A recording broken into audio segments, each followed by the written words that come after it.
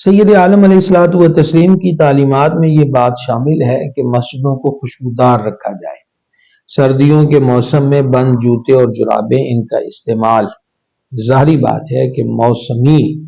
اثرات سے بچنے کے لیے ضروری ہوتا ہے۔ گزارش یہ ہے کہ حکم مسجد میں بدبودار چیز لانے کی بھی اجازت نہیں، اور جس طرح بعض حدیث میں فرمایا کہ جس نے پیاز اور لہسن یہ کچا کھایا ہو کہ اس کی سمیل اس کی منہ میں باقی ہے، تو جب تک اس کی سمیل باقی ہے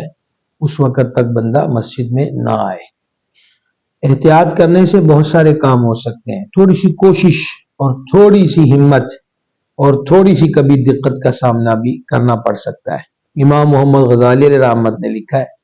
کہ جو نیک عمل کرنے میں جتنا مشکل ہوگا، قیامت والے دن نامہ اعمال میں اس کا وزن اتنا ہی زیادہ ہوگا۔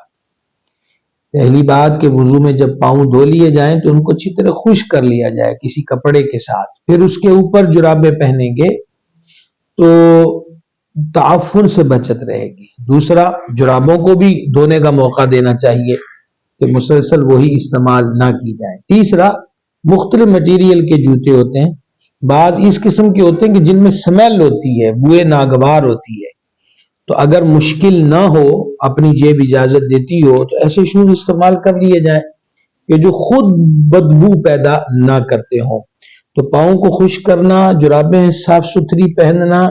اور جرابوں کو بھی دیر ہو جائے تو ان کو بھی دھو لیا جائے اور خشک کر کے پہنی جائیں۔ خصوصی طور پر جن مسجدوں میں قالین اور کارپیٹ ہیں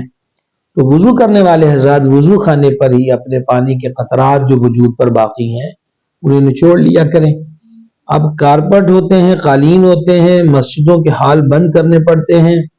پھر جب ان پہ تر یعنی گیلے پاؤں وغیرہ لگتے ہیں تو ان میں مزید تعفن پیدا ہوتا ہے، بدبو پیدا ہوتی ہے، اور بس اوقات تو بند حال میں جب نیا بندہ داخل ہوتا ہے تو معاذ اللہ وہاں کی بوئے ناگوار طبیعت میں ایک وحشت پیدا کرتی ہے، اور بہت سارے لوگ تو وہ ہیں کہ جنہیں قے کا سلسلہ بھی شروع ہو جاتا ہے۔ تو اللہ رسول کی رضا کے لیے، اس حکم کی تعمیل کے لیے خود اپنے آپ کو صاف ستھرا رکھنا اور مسجد کو بدبو سے بچانے کے لیے ان تدابیر کو اختیار کرنے کی کوشش کی جائے کہ انشاءاللہ نیت اچھی ہوگی، عمل تو اچھا ہی ہے، تو دونوں چیزوں کا ثواب انشاءاللہ حاصل ہوگا اور برکت ہوگی۔